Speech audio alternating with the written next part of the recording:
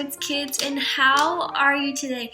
I hope that you have all had a really great week, your first week either back online learning for school or in school.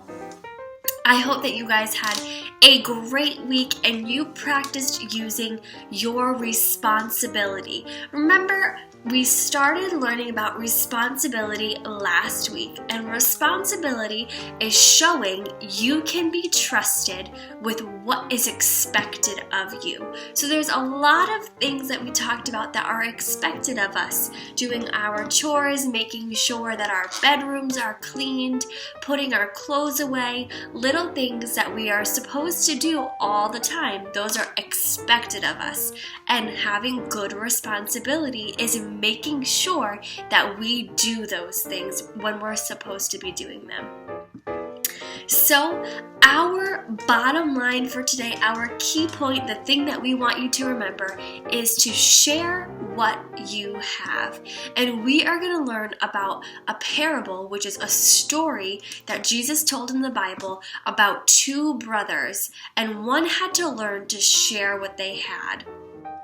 We want to make sure that we are being responsible and sharing all the things that we have access to that other people may not, whether it be food, whether it be money, whether it be clothing. We want to make sure that we are being responsible and we are sharing with others the things that God has blessed us with.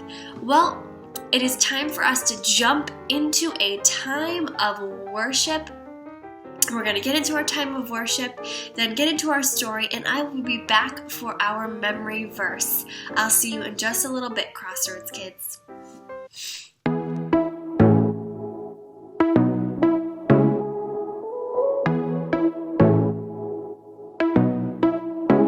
I'm not helpless. I have purpose to change the world around me one step at a time. Be the best me that I can be. Not living for the moment, but the future I see. That's why every second of every day I'm making a choice to make a change. Won't give up, won't let you down. I'll go for it and get it done. I'm on it, I got it, still having fun. You can count on me. It's my responsibility, and you know you can count on me. I'm not helpless. I have purpose to change the world around me one step at a time. I wanna be the best me that I can be. Not living for the moment, but the future I see. That's why every second of every day I'm making a choice to make a change. Won't give up, won't let you down. I'll go for it and get it done. I'm on it, I got it, still having fun. You can count on me.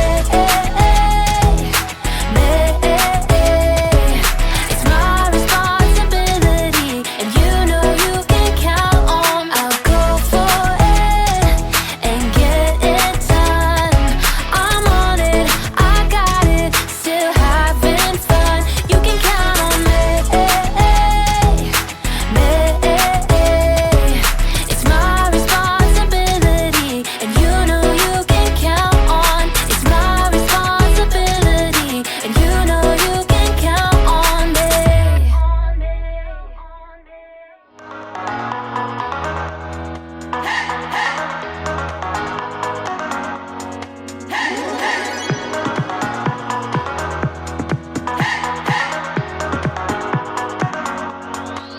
This is my faith, this is my focus, all of my days. I know where my hope is, I'll live it loud, I'll shout the chorus, because I know, oh, you're always for us. And even when it's hard for me to see, I will trust in you, I will believe. And even when it's hard for me to see, I will trust in you.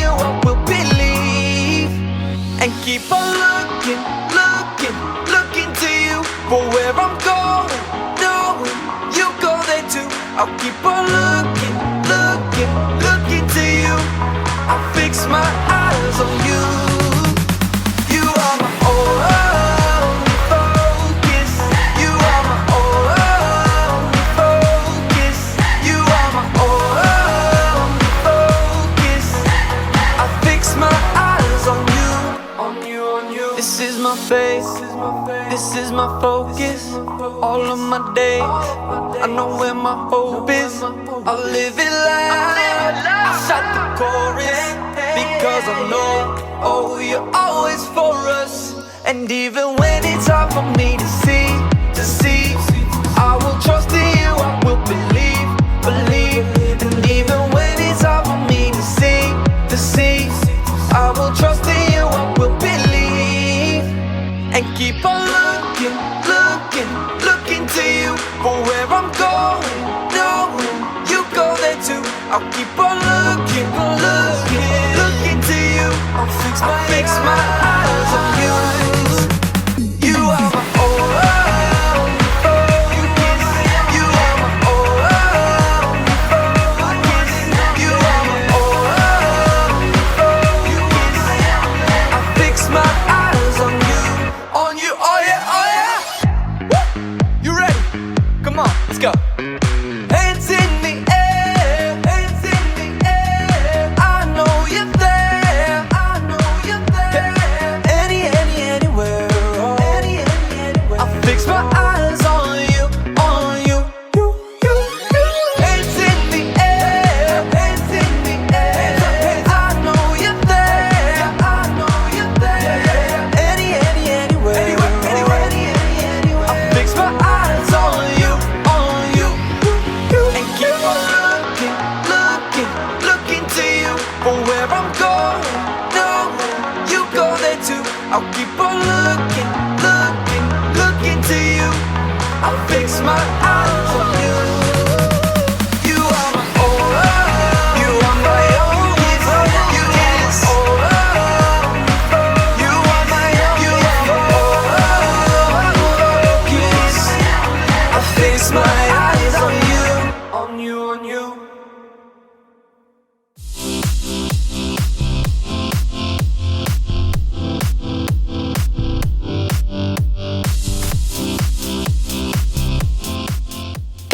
Done! Oh, here we go. Hi, I'm Erica. You ever play concentration? Or some people call it memory. My friends and I play it all the time. I'm the best at it. The object, if you don't already know the rules, is to find two cards that match. Boom! So, my friends and I have added a rule. Anytime you make a match, you Get candy! Candy!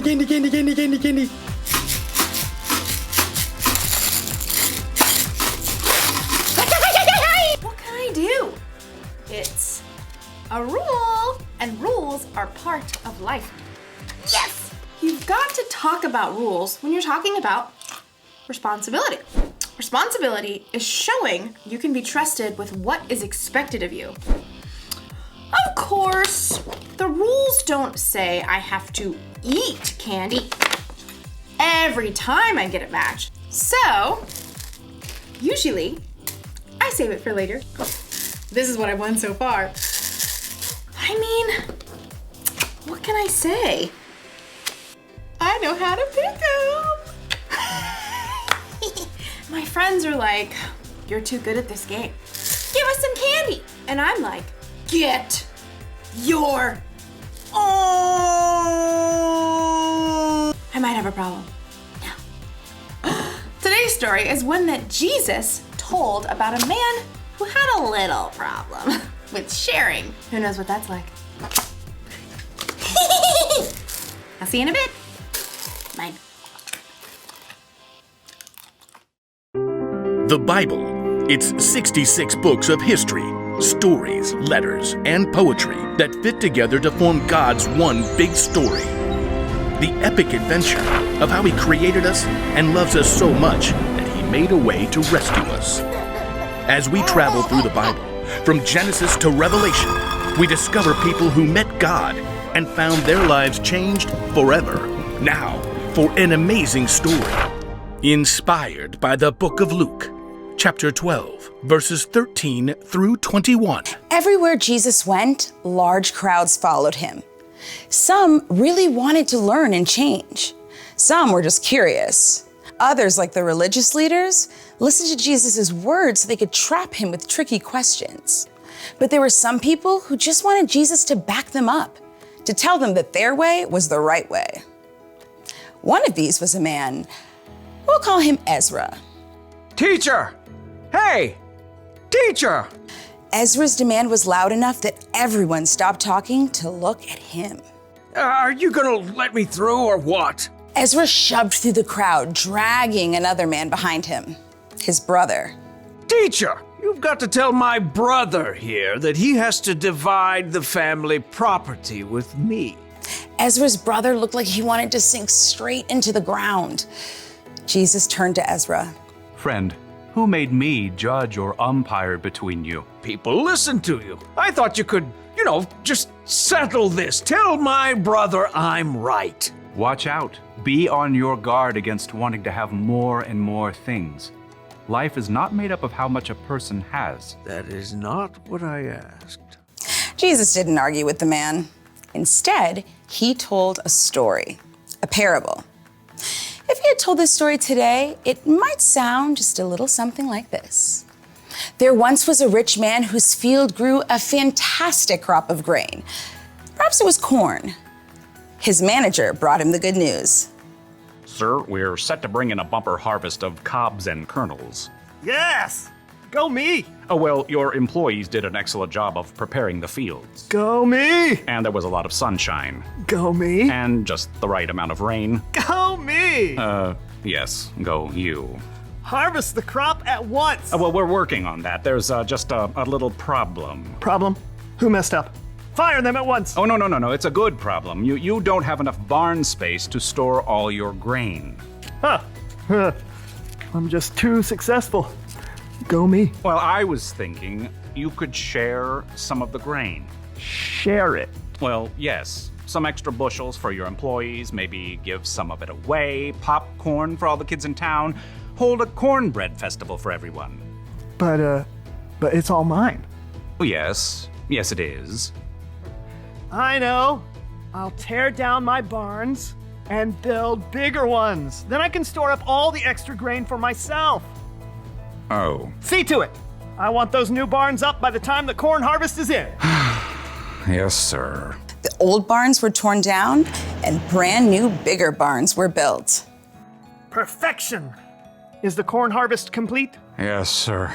All finished. Excellent. Have the men store it all in these new barns immediately.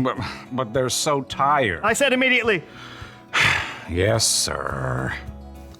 At last, the rich man's entire corn crop was stored in his shiny new barns. He settled back in a comfy deck chair and surveyed his property as the sun set. Go me! Self, you've done pretty well for yourself. You got grain stored away for a lot of years to come. He popped a gourmet corn chip into his mouth. Self, take it easy. Eat, drink, and live it up. You foolish man. The rich man nearly choked on his chip. Excuse me? The rich man looked around, but he could see no one. He was entirely alone. Oh, great. Is this supposed to be some God moment where I discover what I've been doing wrong? That's exactly what it was. You foolish man. Tonight I will take your life away from you. Then who will get what you have prepared for yourself? Could we come up with a different ending to this story? But there was no way out for the rich man. He had chosen to focus only on what he could keep for himself. Jesus wrapped up his parable by explaining, That is how it will be for whoever stores things away for themselves, but is not rich in the sight of God. We don't know how Ezra responded, but maybe just maybe, he started worrying less about getting more of his family's stuff. Maybe he started to care a little more about sharing what he did have with his brother.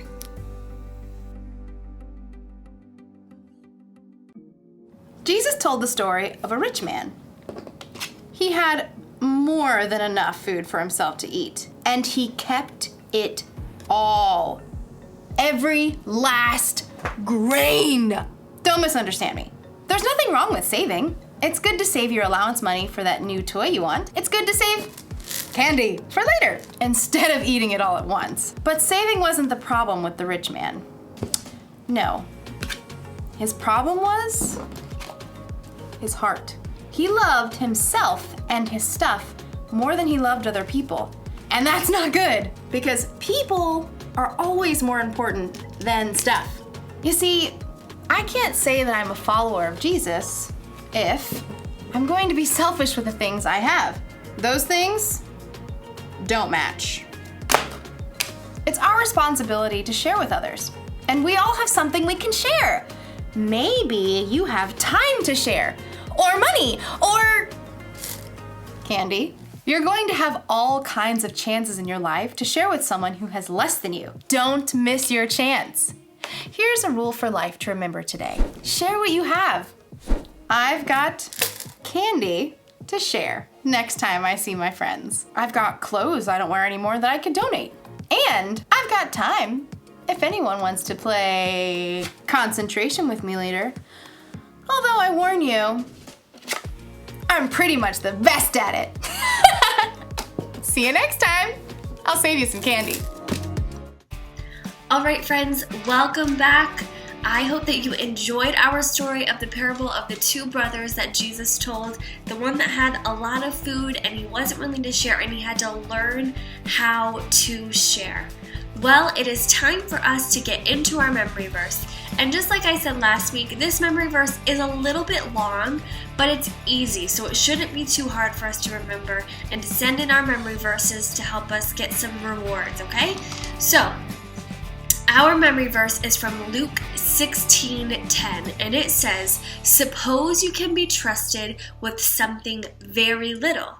Then you can be trusted with something very large." So let's say that just one more time together, and then we'll get into our memory verse game to help us remember our memory verse. Here we go.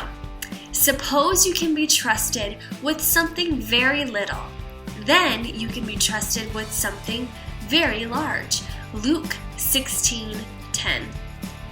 All right, folks, remember, I want you to be practicing using your responsibility, being responsible, doing your schoolwork on time, making sure that you're cleaning up after yourself. Use your responsibility, and then you could be trusted with the things that are expected of you.